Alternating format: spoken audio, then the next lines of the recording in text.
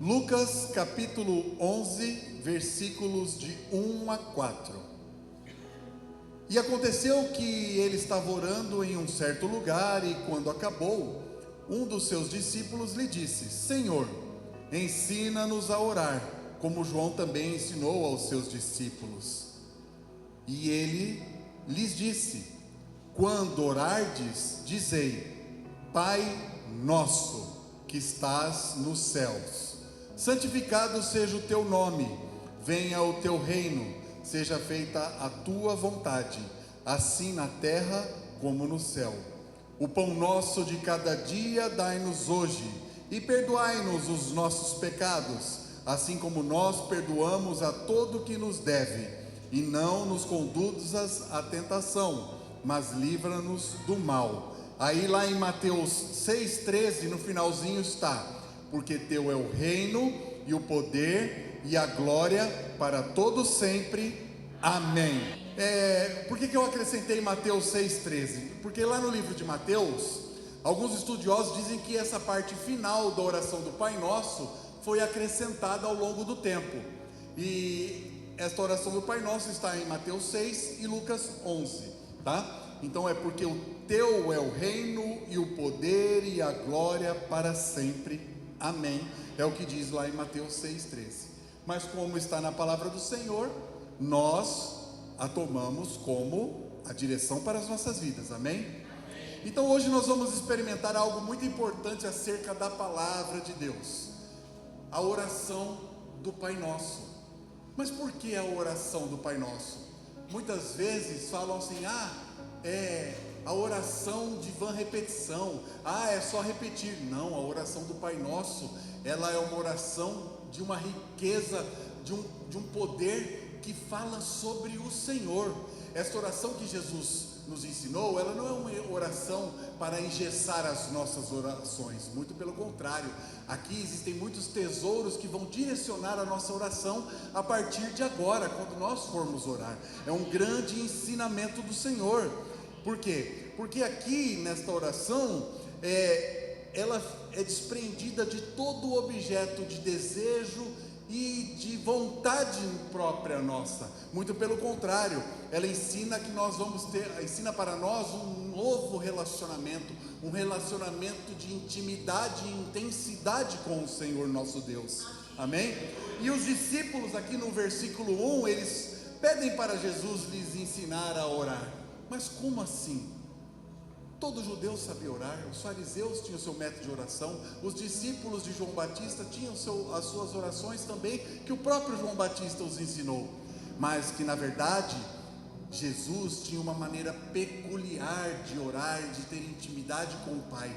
Então, como eles andavam com Jesus, eles queriam algo que viesse aproximá-los mais do Senhor.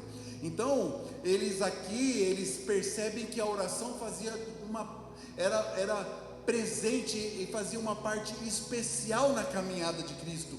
Era uma essência de Jesus com o Deus Altíssimo. Amém? E o que acontece aqui, e para nossa surpresa, quando Jesus começa a ensinar os discípulos sobre o Pai Nosso, e nós, como eu falei há pouco, nós não vemos aqui uma lista de desejos e necessidades. Nós, pelo contrário, nós vemos aqui as declarações de entrega, declarações de adoração ao Pai. Então, a profundidade do Pai Nosso é muito além do que aquela oração que nós fazemos. Muitas pessoas fazem o Pai Nosso e não sabem nem sequer o que estão declarando.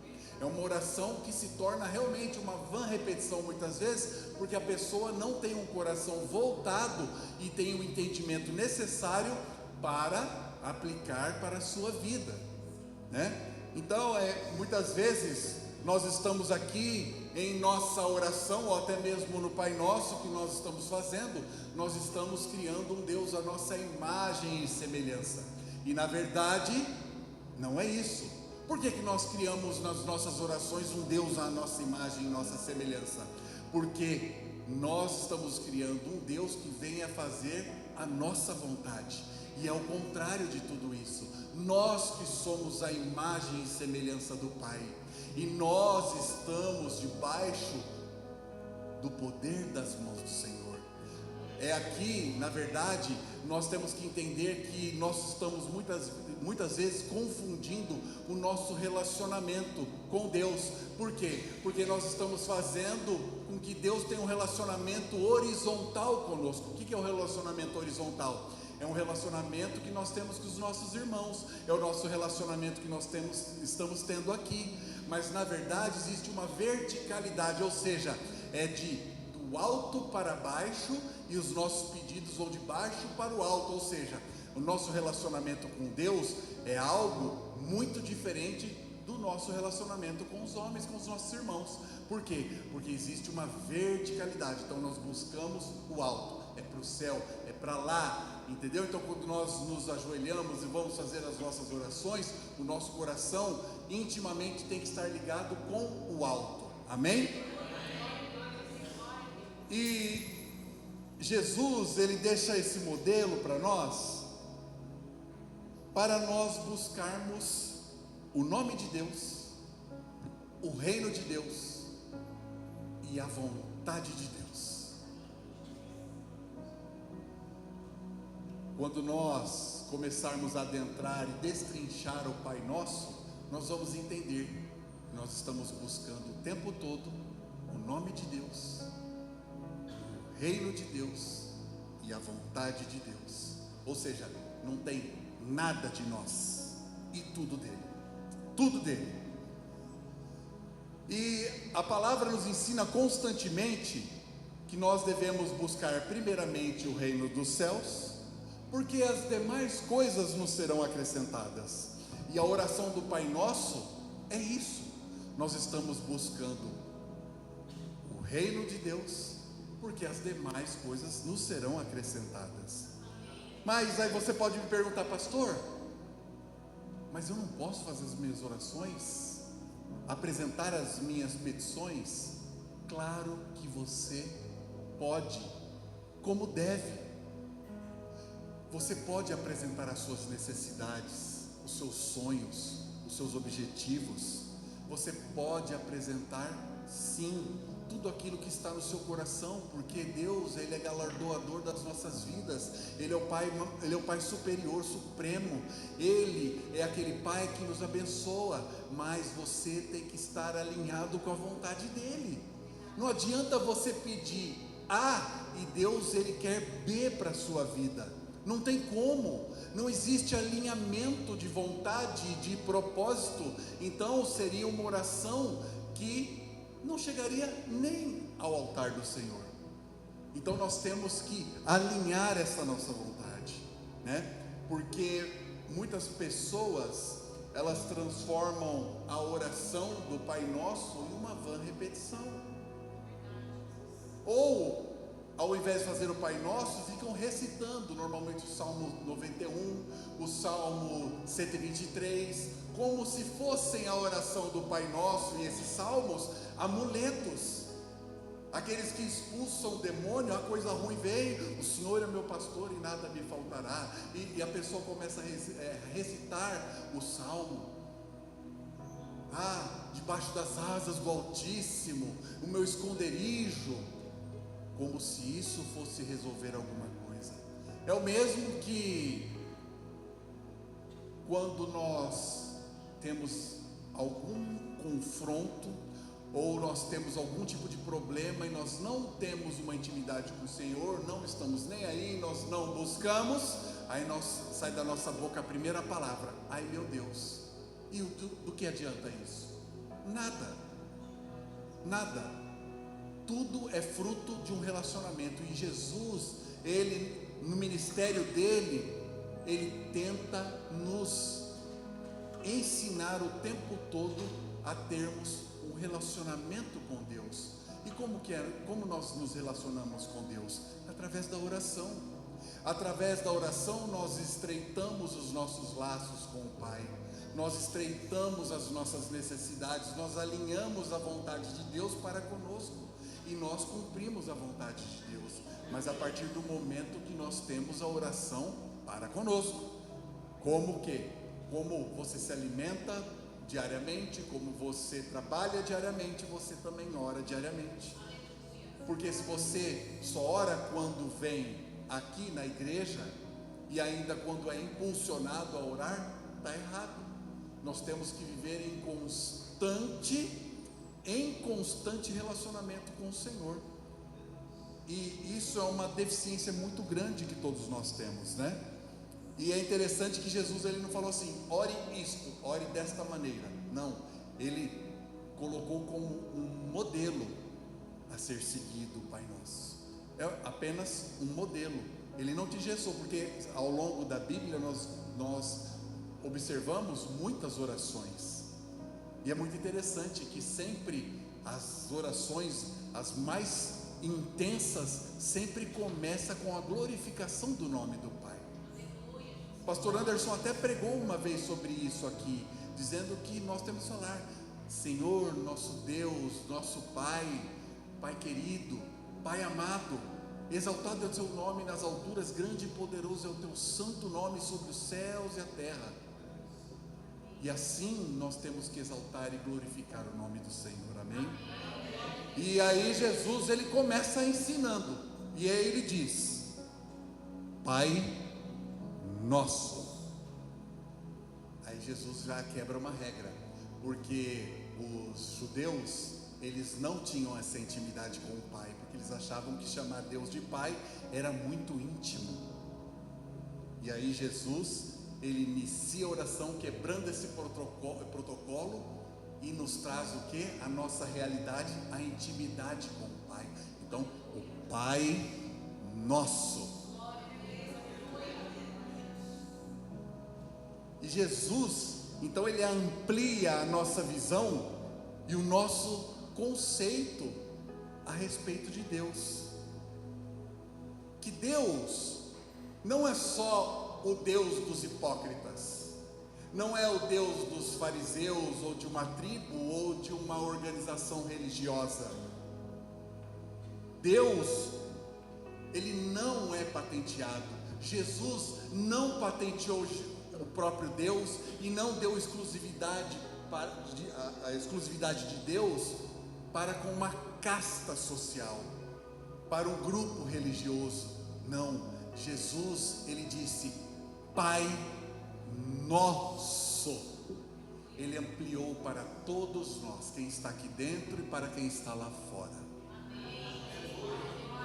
E aí nós enxergamos aqui a importância do Pai Nosso, sem egoísmo, sem centralização. Porque tem muitos lugares que acham, tem muitas igrejas por aí que acham que a salvação é só por conta da igreja, né? Aqui, se você vier para cá, você vai ser salvo. Gente, o Pai é nosso. A salvação vem através da fé. Lógico que a igreja tem um papel fundamental para que venha subsidiar, dar a base para que você alcance a sua salvação. Mas o Pai é nosso. É o Pai do irmão que está sentado, é o Pai do baterista que toca, é o Pai de quem está na projeção, é o Pai de quem está pregando, é o Pai do mendigo, é o Pai do doente, é o Pai do preso, é o Pai de todos. Deus é para todos, mas infelizmente nem todos estão para Deus. Mas Ele continua sendo Pai Nosso. Amém? E o que eu acho muito interessante é que Jesus revela aqui a paternidade de Deus. Ele reconhece a paternidade divina. Então ele fala assim: Pai, Pai. E o peso da palavra Pai, como o Deus Altíssimo, é muito forte, porque a ausência da paternidade de Deus, ela causa grandes estragos na vida do homem. Eu digo homem como ser humano, né? Transtorno de ordem familiar, social, né? E de ordem pessoal, psicológica, transtorno de todas as ordens. Onde a paternidade de Deus não é reconhecida, ela é rejeitada, não é declarada, a destruição, desentendimento, separação, famílias se perdem, jovens não sabem onde estão, não sabem para onde vão. Há um caos. Por quê? Porque nós temos o DNA do Senhor em nós, todos os seres humanos. Então por isso que nós vemos tantas famílias perdidas, famílias se separando, o desentendimento, porque um que se relaciona com o outro precisa nesse relacionamento de Deus. Então quando nós não temos essa relação, nós não compreendemos a dor do próximo, nós não entendemos a visão do próximo, nós não temos compaixão do próximo. Então a ausência de Deus é a ausência de luz, e nós vivemos em trevas. E aí o que acontece? Acontece as piores tragédias na vida das pessoas. E é interessante que o mundo tenta deteriorar, tenta aniquilar o tempo todo a paternidade de Deus, tenta constantemente destruir o Criador, desvirtuando a criação de Deus, a soberania de Deus, o poder e a glória de Deus. O mundo tenta, e eu vou dar um exemplo. O mundo, ele quer dizer que o homem veio do macaco. E aí o que acontece? O macaco continua sendo macaco e o homem continua sendo homem. Ah, vamos ali no zoológico, deu cria, já nasceu falando, separa para os homens, aquele lá continua sendo macaco. Se bem que tem umas pessoas aí se vestindo de bicho e falando como gente, né? Essa é a bicharada na rua aí solta, né? Então, o que é isso? Nós temos que ter essa visão. Até nós falamos isso na casa de Obed-Edom, sobre isso, para nós termos a visão daquilo que tenta distorcer o quê? A realidade do Criador e a sua criação. O mundo está dizendo que o homem veio de uma explosão cósmica, a Terra foi criada de uma explosão cósmica, o famoso Big Bang. Bum, explodiu. 300 milhões de anos depois formou uma partícula que formou a areia, que formou mais um pouquinho de terra e daqui a pouco fez a terra. Aí veio as bactérias, o bioma. Mentira! Porque a palavra nos ensina que o homem veio das mãos do Senhor. Então Deus, ele vem em Gênesis e com o seu haja, ele profere através da tua palavra que haja luz, que a noite e o dia sejam separados, e ele cria com o poder da palavra dele os animais, a flora, a fauna, enfim. E quando chega para criar o homem, ele fala assim: façamos nós, o homem, a nossa imagem e semelhança. E aí então nós somos descendentes de Adão e Eva, mas o mundo tenta dizer que nós somos nascemos de uma explosão e nós viemos do macaco. Não existe macaco evoluindo até hoje, macaco continua sendo macaco, minha gente. É um absurdo quando eu vejo isso, isso me traz uma indignação, né? Porque quando nós temos a consciência dura que isso é ensinado nas escolas para os nossos filhos, né? Aí você tem que explicar: não, filho, vem aqui na Bíblia, porque é assim, a criação é aqui, mas você estuda aqui na escola aprendendo isso só para passar na prova, porque lá na frente você não vai usar mais o macaco e nem o Big Bang, usa só para prova, tira 10 e está tudo beleza. Deixa quem está tentando te enganar ser enganado, mas você não vai ser enganado, isso que importa. Aí que nasce aquela questão de nós ensinarmos esses princípios bíblicos aos nossos filhos, a importância, porque lá fora eles não vão ser enganados, porque eles já sabem da verdade.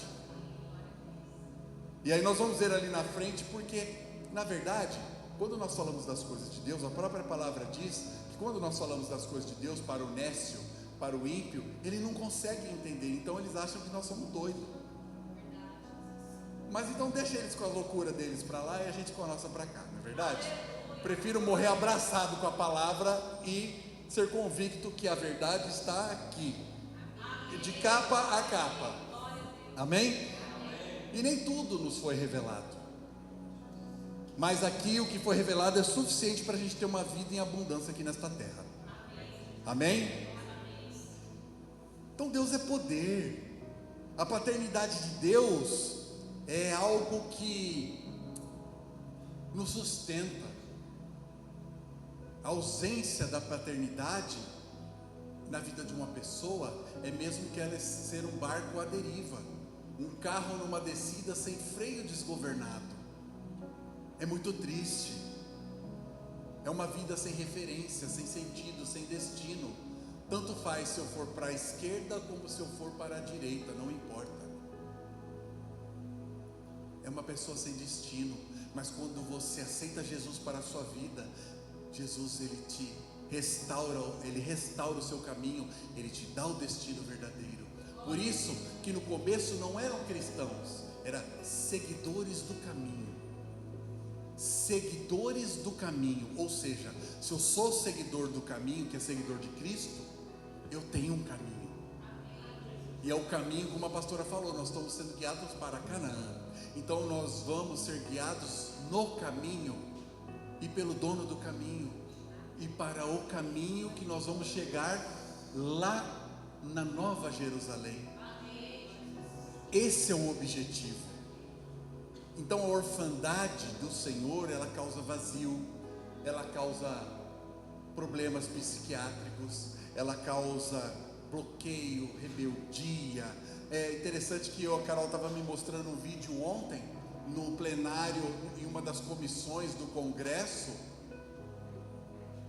um deputado ou um senador, ele começou a verbalizar com o presidente daquele recinto no momento, e ele começou a tipificar algumas coisas, e quando ele falou a palavra Bíblia, o parquinho pegou fogo. As criancinhas da quinta série pularam quase nele, quase mataram o cara. Aí ele falou: está repreendido em nome de Jesus, sai de 10 em 10, sai de 10 em 10, sai capeta, sai. Então, nós estamos chegando no momento que nós não podemos falar Bíblia, nós não podemos falar Jesus, eu sou conservador, eu tenho direitos. Não, nós estamos sendo oprimidos. Então, busque o Senhor enquanto você pode achar, tá? Enquanto nós podemos ter a nossa liberdade de culto. Enquanto. E nós tivemos as duras penas da pandemia, nós perdemos a nossa liberdade de culto. Se não fosse a tecnologia, e aí como seria? Mas de cultuar uns com os outros, nós não pudemos, por um bom tempo. E quando foi voltando, tinha uma metragem, ou seja, você tinha que fazer uma listagem para quem poderia vir para o culto. Aí você vinha no domingo, na terça-feira, esse grupo que veio no domingo não poderia. Se bobear, até o pastor não podia, se fosse outro pastor pregar. O pastor Anderson pregou no domingo, e a pastora Karen tinha que pregar na terça, não podia. Aí se eu tinha que pregar no outro domingo, nenhum dos dois ia escolher para não vir. E assim vai. Então, aparentemente é uma brincadeira, mas nós temos que começar a enxergar a realidade das coisas que nos cercam. A coisa está apertando. Nós estamos à beira de um colapso nesse país, um colapso mundial também. E o que vai nos sustentar? O Pai Nosso. Glória a Deus. Amém.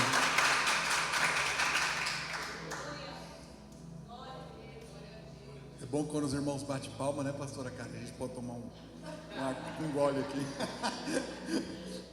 Às vezes eu falo, vai ser uma metralhadora. Chega no fim do culto, tá seca a garganta, tossindo, e esqueço de tomar água. Mas aí os irmãos ajudam a gente, né? Amém. Amém.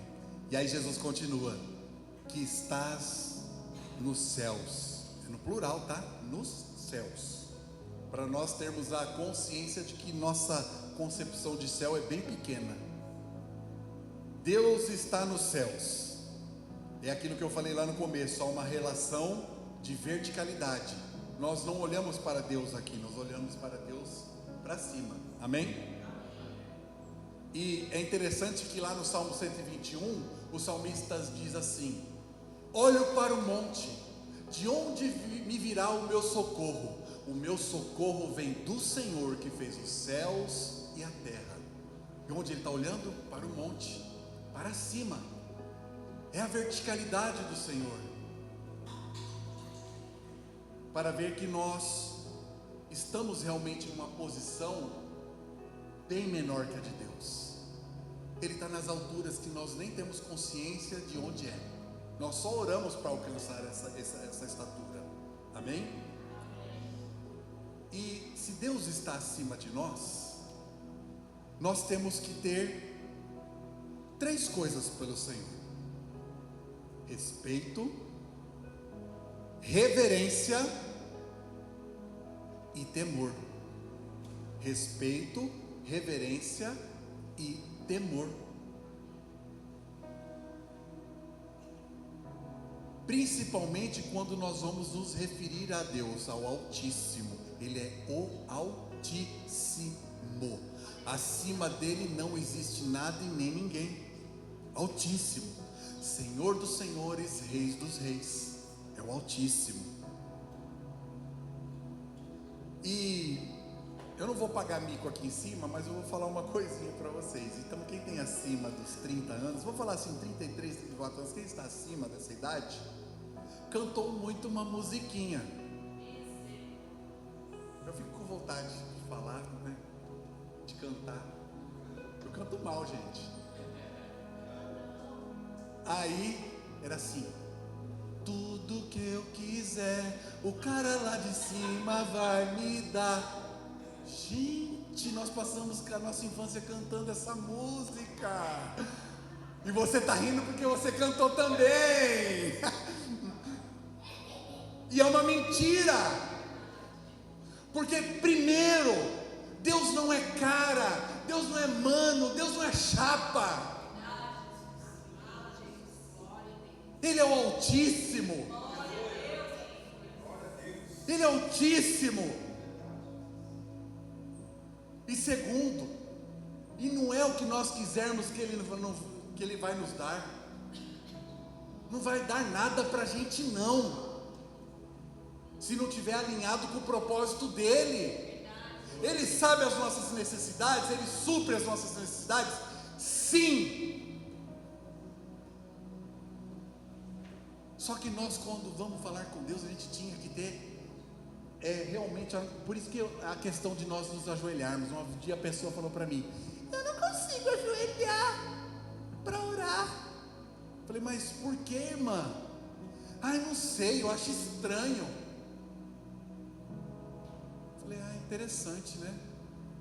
Por que você não faz isso? Ah, não me sinto bem. Falei: pois você está errada.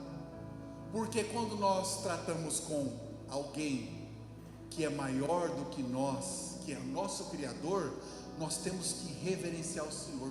E se puder, se ajoelhe sim. E se puder ainda, coloque a cara no pó. Nós temos que preservar o que os antigos faziam. Moisés viu Deus passar por uma fenda para que ele não fosse consumido. É reverência, muita reverência. Nós temos que ter isso. Quando nós formos falar do Senhor, nós temos temor. Graças ao Pai, nós somos presenteados com a graça, porque senão todos nós seríamos consumidos. Você lá no seu trabalho não tem que tratar o seu chefe com ordem e respeito? Você não tem que tratar o seu semelhante com respeito? E por que Deus você chama ele de cara? Estamos sendo enganados. Está vendo como o mundo, numa musiquinha, quer enganar o povo? E isso fica incutido na gente. Parece uma tatuagem esse negócio. Que Deus tire isso de mim. Então imagina, se nós que seguimos o Senhor, às vezes nós nos sentimos autossuficientes, imagina se Ele fosse dar tudo para nós. Nós não íamos ter a reverência por Ele, nós não iríamos buscá-lo nas nossas necessidades, porque a maioria das pessoas buscam o Senhor na dor de barriga. Não é no amor, é pela dor. Aí sim, aí vem e torna o crente mais fervoroso e fiel que tem. Imagina se nós tivéssemos de tudo. Dá tudo para o seu filho para você ver. Não ensina para ele o valor das coisas. Não ensina para ele quanto custa. Dá tudo mesmo. Aí você vai ver, não que eles não mereçam, porque às vezes nós não tivemos oportunidade, nossos pais não fizeram por nós. Mas se nós temos as condições, podemos fazer. Mas tudo tem limite. Tudo tem um parâmetro. O povo de Deus, quando se sentia muito confortável com o Senhor, o que eles faziam? Vencemos a guerra, vencemos os inimigos, vencemos todo mundo, nós somos os caras. Aí o que acontecia? Se afastavam de Deus, a idolatria entrava e a desgraça acontecia. Pode olhar a Bíblia, leia a palavra no Antigo Testamento e veja, todas as vezes que o povo se sentiu autossuficiente e parou de adorar o Senhor, a idolatria entrou. Acabando com o povo de Deus. O povo de Deus foi cativo no Egito, porque se afastou de Deus. Foi cativo na Babilônia, porque se afastou de Deus. A idolatria entrou, se esqueceram de Deus. O povo, não acreditando nas promessas do Senhor, uma viagem que era para durar alguns dias, durou 40 anos no deserto, andando em círculo. Imagina só. Por quê? Murmuração, falta de reverência, falta de temor, a idolatria entrou. E aí?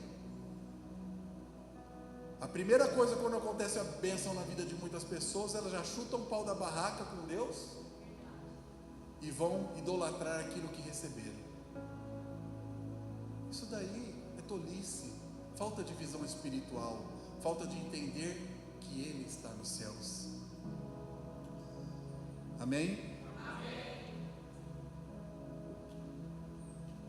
Então, vamos adorá-lo da maneira correta. Vamos nos arrepender na presença do Senhor. Vai tratar com Deus, vai tratar com Jesus, vai tratar com o Espírito Santo. Tenha temor e reverência. Você não está falando com qualquer um. Você não está falando com os seus amigos, seus mano, seus chapa. Você está falando com o Altíssimo. Amém? Aí continua Jesus: santificado seja o teu nome. Aqui o nome de Deus Pai está sendo louvado em santidade, pois no nome do Senhor há santidade e poder. Há muita gente profanando o nome do Senhor. O nome de Deus, de Jesus e do Espírito Santo devem ser tratados com muito cuidado, como eu falei anteriormente. Porque o nome do Senhor é um tesouro para nós. E você não cuida do tesouro de qualquer maneira. Olha que coisa linda. Salmo 92, do 1 ao 8. Coloca aí, Marcos, por favor. Para nós entendermos o que é santificar o nome do Senhor em tudo que se faz. Bom é louvar ao Senhor, bom é louvar ao Senhor e cantar louvores ao teu nome, ó Altíssimo. Próximo. Para de manhã anunciar a tua benignidade, e todas as noites a tua fidelidade. Estão percebendo que é só sobre Ele? E Ele que faz? E Ele deve ser honrado? Próximo. Sobre um instrumento de 10 cordas e sobre o saltério, sobre a harpa com som solene, de solenidade, de reverência, de máxima expressão através dos instrumentos em forma de respeito. Sobre. Próximo. Pois tu, Senhor, me alegraste pelos teus feitos, exultei nas obras das tuas mãos. Quão grandes são, Senhor, as tuas obras, muito profundos são os teus pensamentos. O homem brutal não conhece, nem o louco entende isso. Quando o ímpio crescer como a erva, e quando florescerem todos os que praticam a iniquidade, é que serão destruídos perpetuamente. Ou seja, quem profana, quem é brutal, quem é iníquo, está crescendo, está prosperando, entre aspas. Mas volta lá, Marcos, por favor.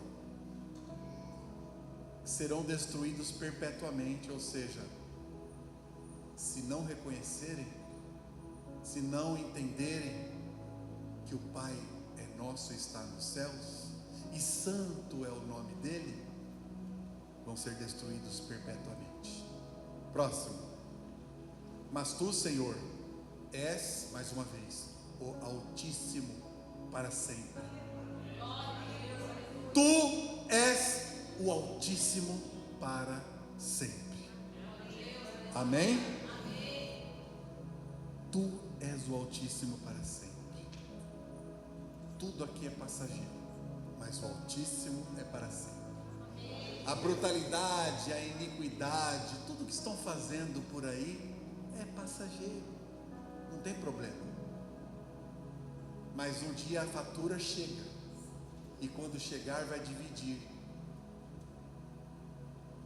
o que estará com ele e o que não estará com ele. Amém? Aí continua: venha o teu reino, venha o teu reino, venha o teu reino. Olha o verbo, venha, do verbo vir. Devemos chamar a existência do reino de Deus aqui para a terra. Por quê? Porque o reino que nós vivemos, essa terra aqui, é de choro e dor, de alegria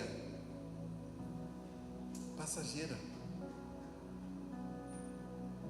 As perspectivas dessa terra aqui são limitadas. É um mundo de disputa, de mentira, de busca incansável pelo que é material, onde a traça e o ferrugem corrói, onde tudo é consumido. Aqui é passageiro. Nós somos aqui apenas passageiros do tempo, em busca de um reino que é eterno. Ah, pastor, mas como que eu faço para trazer a existência do reino de Deus então? Primeiro, então, nós vamos estabelecer o reino de Deus em nós. Você quer que mude algo ao seu redor? Então seja a mudança do mundo. Como? Mudando internamente, para que externamente as coisas mudem. Mas como? Mudando as nossas atitudes, mudando o nosso palavreado, mudando os nossos pensamentos, mudando os nossos estudos, mudando a nossa estrutura como um todo. E onde eu busco isso? Jesus é o modelo. Não há evangelho de Jesus sem transformação. Jesus, ele nos transforma. Ele nos transforma. E o evangelho de Jesus, ele nos oferece esse respaldo para nós chamarmos a existência do Senhor para as nossas vidas. E se nós fizermos isso, muitas coisas vão mudar. O mundo nós não vamos mudar, mas aquilo que nos cerca vai mudar. O importante, mais importante de tudo, é nós mudarmos. Se nós formos transformados, a nossa casa será transformada. Se nós formos transformados, as nossas atitudes serão transformadas. Você está chato, é o primeiro sinal. Você, depois que foi para a igreja, ficou babaca. Não bebe mais, não vai mais para o forró. Pô, você está muito chato. Então, irmão, deixa eu com a minha chatura aqui e vai para o teu canto. Porque eu sei que o meu Redentor vive, eu sei que me sustenta a partir de agora. Então, para o mundo você se torna chato. Mas não é porque você está em Cristo, muitas pessoas confundem as coisas também, tá? Seguem um alerta. A pessoa vem para a igreja, ela se torna um religioso e não uma pessoa espiritual. Aí chega em casa, a mulher fala para o marido: não encoste em mim, eu sou santa. Se você não for para a igreja, eu dormirei de calça jeans a partir de agora, porque o profano não pode encostar no santo. Aí o casamento vai para o ar e por água abaixo. Então nós temos que ter também a sabedoria em Deus de transformarmos a situação. A pessoa que você está querendo trazer lá da sua casa para cá, ela tem que ver mudança em você para melhor. Não toque em mim, eu sou santo. Para me cumprimentar, você orou 3 vezes ao dia, jejuou. Porque aqui haja luz. Sabe quando Deus falou haja luz? Então sou eu, a luz. E a pessoa se torna uma religiosa hipócrita.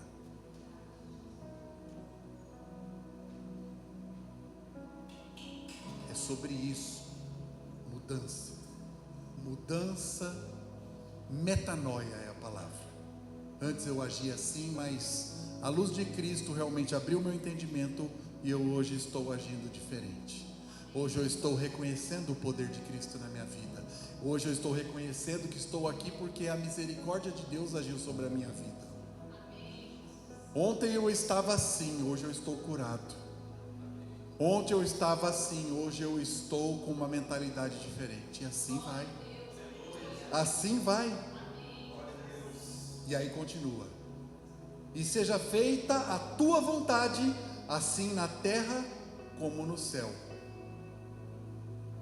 Assim na terra como no céu. Ou mais ou menos assim: que seja feita a tua vontade como é no céu, para a terra. Assim como é no céu, tem que ser na terra. E tem muita gente recitando o Pai Nosso e não sabe nem o que está falando. Sabe por quê? Se tem um momento nessa oração que aniquila todos nós, é esse: que seja feita a tua vontade. Você está entendendo que você está abrindo mão da tua vontade para a vontade do Pai? Você está captando isso? E aí nós vamos entregar a nossa vontade para o esquecimento e ter a vontade do Pai, que tem um caminho maior do que o nosso e os pensamentos maior que os nossos. E aí nós vamos entender que a nossa vontade não prevalece, porque o que acontece?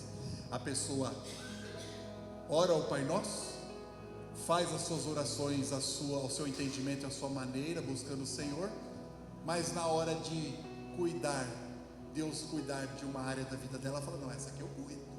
Mas ele se esqueceu que ele falou: que seja feita a tua vontade. Quando nós não estamos em Deus, a nossa vontade é desvirtuada, porque o nosso coração, ele é enganoso, ele é ávido em nos colocar em maus caminhos.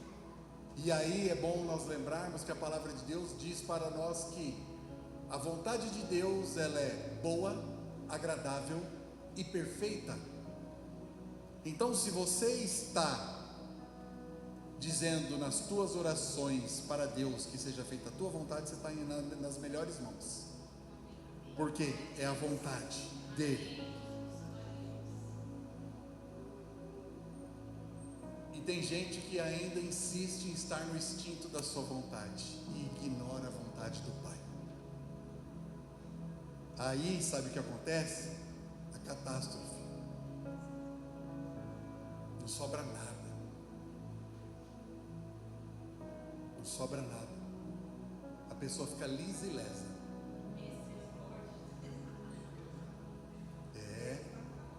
Nós que estamos muito tempo cuidando de pessoas na obra, a gente vê muito isso. A pessoa vem pedir a palavra para o pastor, mas com a decisão tomada. Aí fica usando o pastor. Ô meu irmão, faz isso não, vai, toma sua decisão, depois ele volta arrebentado. A gente ajuda você a orar e pedir perdão a Deus. Mas não usa o pastor não, ele tem mais gente para cuidar. Faça isso não, seja covarde.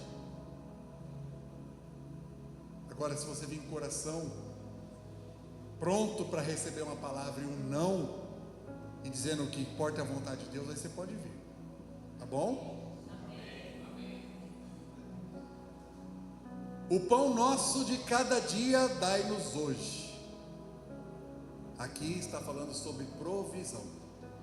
E Jesus ele diz assim: o pão nosso de cada dia. Mas ele está dizendo para dar-nos hoje.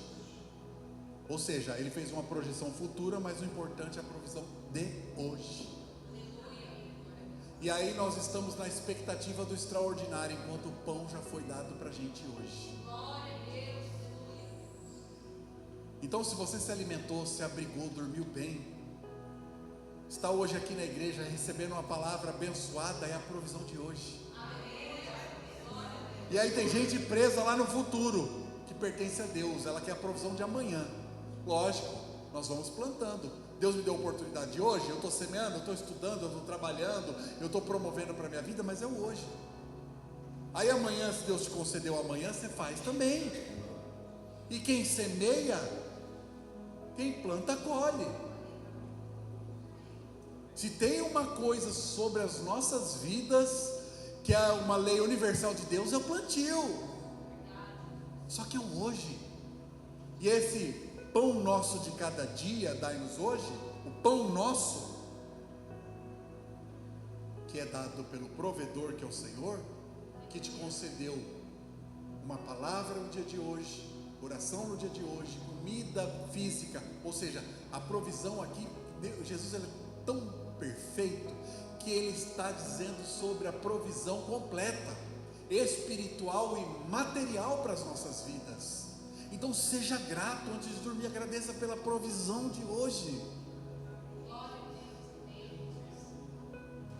O momento é agora, passado já era, um futuro ao Senhor pertence, é hoje, provisão, hoje. E que pão é esse? O pão do provedor, o pão da provisão. Lá no deserto, eles tinham a presença de Deus, tinha Moisés intercedendo ali pelo povo, e tinha o maná que caía do céu. Olha como a obra de Deus é completa. Deus está dando o pão sagrado que caiu do céu para o alimento físico, e Deus está dando a presença e a palavra dele para nos alimentarmos espiritualmente. Olha a profundidade desta oração, olha a profundidade do Pai que é nosso.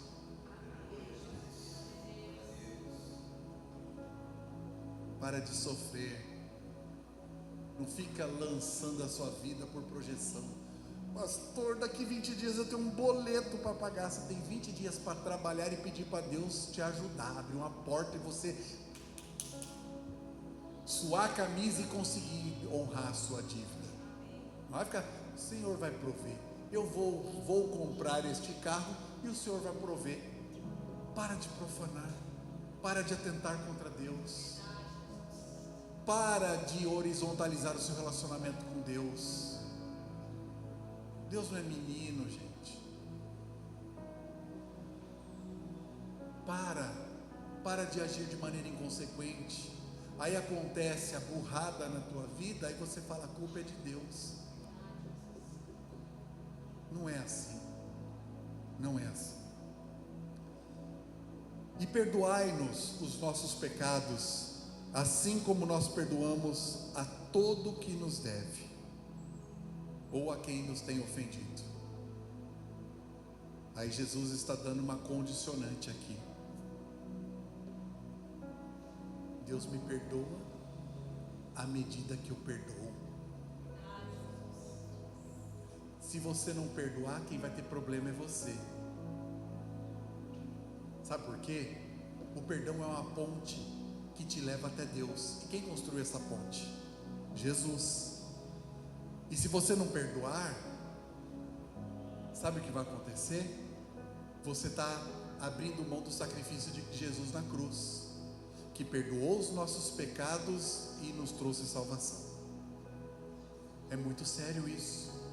A ausência de perdão é catastrófica. É catástrofe.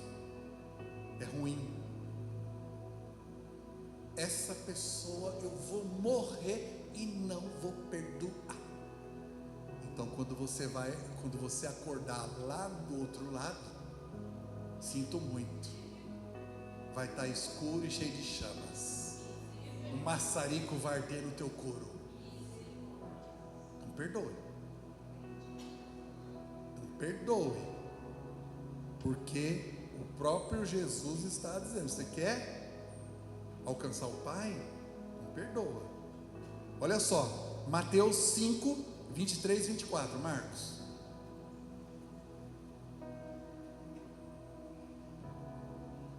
Portanto, se trouxeres a tua oferta ao altar, e aí te lembrares de que teu irmão tem alguma coisa contra ti, deixa ali diante do altar a tua oferta, e vai reconciliar-te primeiro com teu irmão, e depois vem e apresenta a tua oferta. Ou seja, tudo que nós fizermos para Deus, com Deus, por Deus, se não tiver perdão, se não tiver conserto, Ele não vai receber. E você acha que Ele vai receber na sua vida? Então para pensar. Ah, mas ele foi muito mal comigo, ele fez um mal para mim, foi de ordem assim. Perdoa, deixa a fatura dele com Deus. A falta de perdão é você dentro de um poço escuro, vazio, só que você tem um agravante, está com uma bola de ferro amarrada no seu pé. Pensou nisso? Então, se você não pensou, comece a pensar, tá bem? Não nega o sacrifício de Jesus, não. Vale a pena perdoar. Mata o teu próprio eu, porque a caminhada com Jesus é assim, é todo dia a gente matando o próprio eu. Todo dia nós temos que matar, principalmente quando fala que seja feita a tua vontade. É matar o nosso eu. Ah, mas não tem mas, não tem se, não tem nada disso. É assim e pronto. Não sou eu que estou falando, é a palavra que está nos ensinando. Amém? Amém? E aí ele vem fechando. E não nos conduz à tentação, mas livra-nos do mal. Coloca lá o versículo 9 daquela versão que você colocou para mim. Vamos ver se vai falar a mesma coisa, Marcos.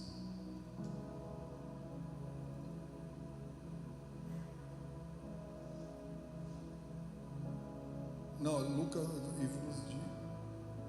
no versículo 9 não, desculpa. É o último versículo do Pai Nosso.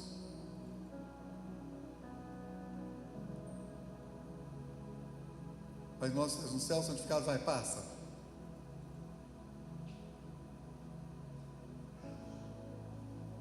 Aqui, ó. E não nos conduza à tentação. Não está na mesma. É que eu tinha visto uma outra tradução, mas pode deixar, Marcos, obrigado.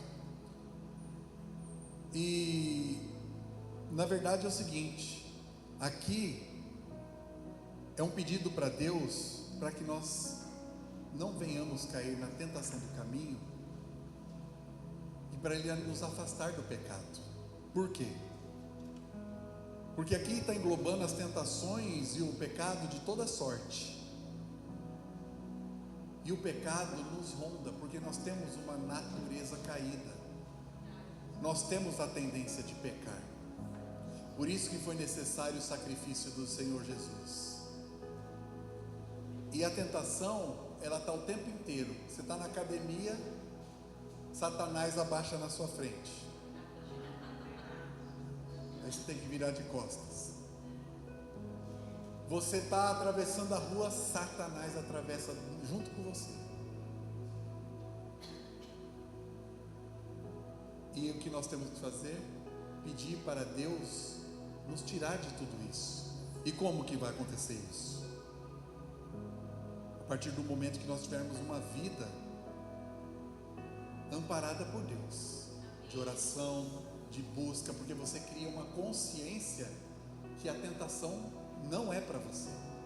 Nós somos, e não estou falando tentação só de carne, não. Eu estou falando de tentação de corrupção, tentação de uma série de outras coisas, é de toda sorte. E essa nossa natureza, ela quer ficar na zona de conforto da carne.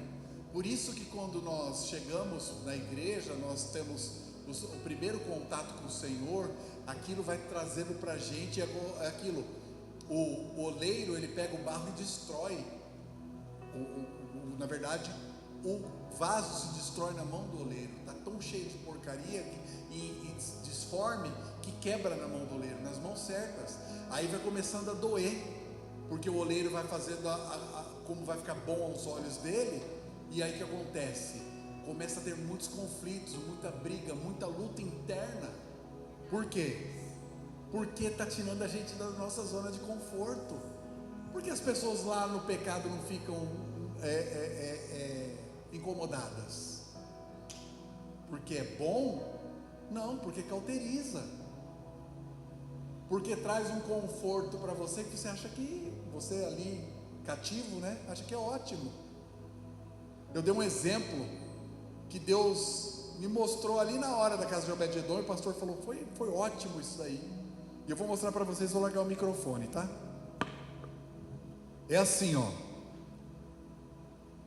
Eu vou colocar a minha mão, vou colocar a Bíblia em cima e vou mostrar como nós ficamos quando nós estamos em Deus. Ah, pastor, me ajuda aqui. Isso, ótimo. É mais ou menos assim, ó. Olha, nós vamos cantar, pastor. Quase a calça da mesma cor, hein? Compramos na mesma loja? Acho que não, né? Tomara que não. Promoção, tá na promoção. Então olha aqui, ó. Aqui é o mundo. Olha só o mundo como está aqui, ó. Aí aqui você buscou Deus para a sua vida, Jesus. Aí Jesus vem aqui, ó, e te blinda do mundo. E você está aqui, ó. Para onde você for tem palavra de Deus. Aqui é o limite. Você não sai desse limite. Mas aí você abandona Jesus. Aí o que você faz? Cai nas garras do mundo. E o mundo te aprisiona. Olha o que acontece. O mundo coloca você na forma que ele quer. E é assim. Amém, pastor? Muito obrigado, viu?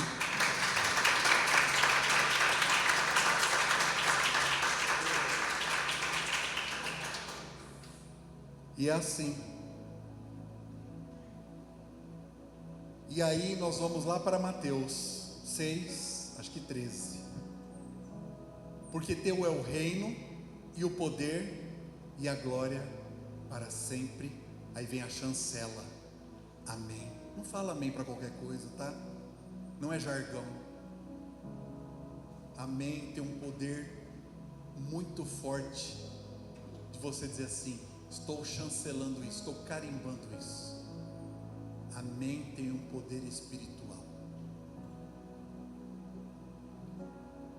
E como eu falei no começo, em Mateus foi acrescentado isso, mas como faz parte da palavra, faz parte da nossa vida também.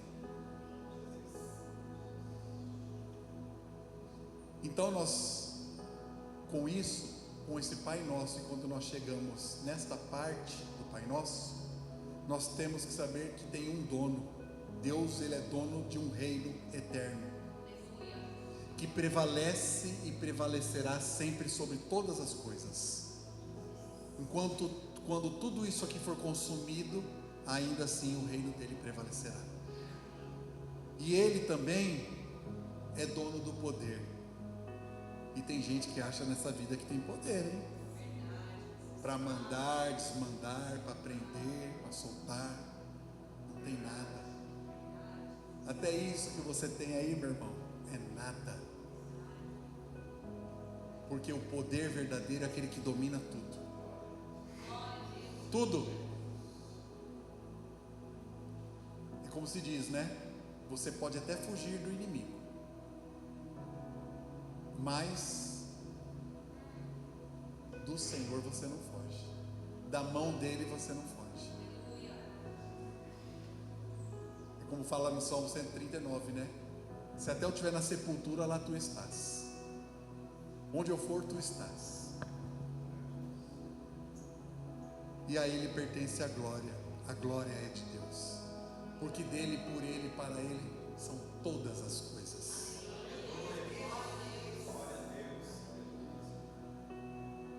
São todas as coisas.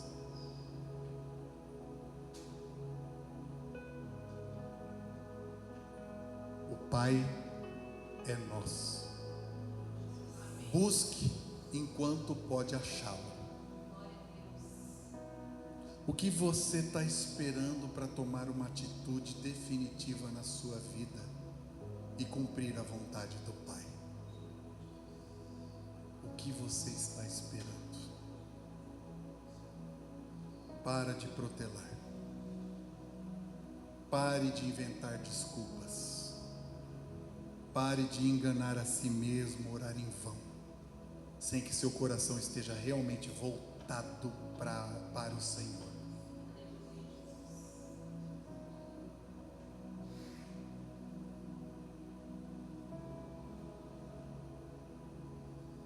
Se prepare,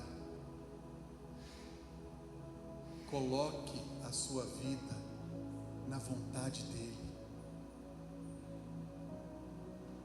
Se você não batizou, batize. Se você não declarou Jesus, declare. Está faltando você tomar uma atitude para a sua vida. Essa vida aqui é um vapor que sobe e logo se desvanece, desaparece.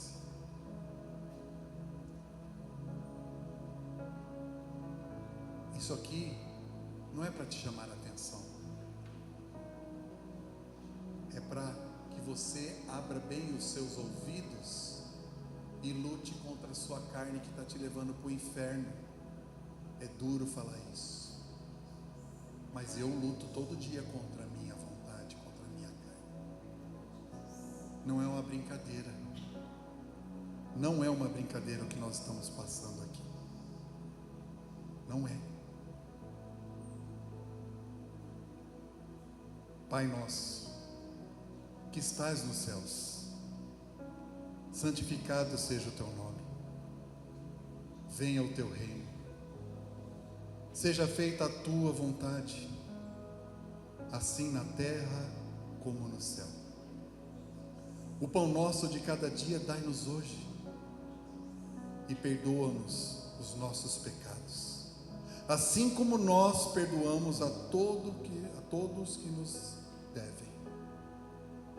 E não nos conduza à tentação, mas livra-nos do mal, porque teu é o reino, a glória,